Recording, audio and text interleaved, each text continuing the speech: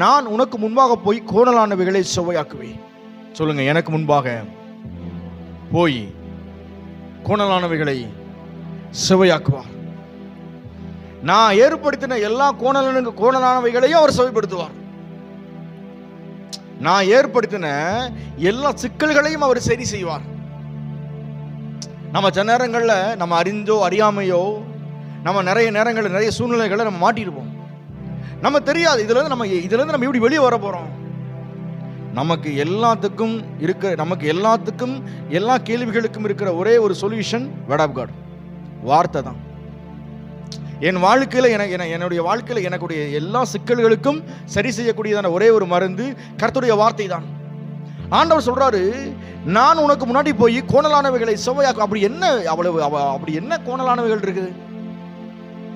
என்னுடைய அறிவின் அடிப்படையில் ஏற்படுத்தின எல்லா சில நேரங்களில் சிக்கல்ல போய் என்னை மாட்டி வச்சிருக்கோம். அந்த கோணலானவைகளை எல்லாம் ஆண்டவர் என்ன சொல்றாரு, நான் சரிப்படுத்துவேன். நான் போற வழிக்கு முன்னாடி போய் எனக்கான வழிகளை ஏற்படுத்தி சரி செய்யப்பட முடியாத எந்த ஒரு காரியமும் என் வாழ்க்கையில் இல்லை. சொல்லுங்க, சரி செய்யப்பட முடியாத எந்த ஒரு காரியமும் என் வாழ்க்கையில் இல்லை. தீர்வுகளே இல்லாத ஒன்று இந்த உலகத்தில் இல்லை. மனுஷனுக்கு தான் அவனுக்கு தீர்வே இல்லைன்னு என்ன பண்ணுவான், வாழ்க்கையை முடிச்சுக்குருவான். ஆனா ஆண்டவர் சொல்றாரு, நான் உனக்கு தீர்வை தரேன்.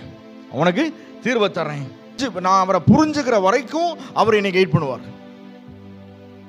நான் அவரை புரிஞ்சுக்கிற வரைக்கும் அவர் என்னை கைட் பண்ணுவார்.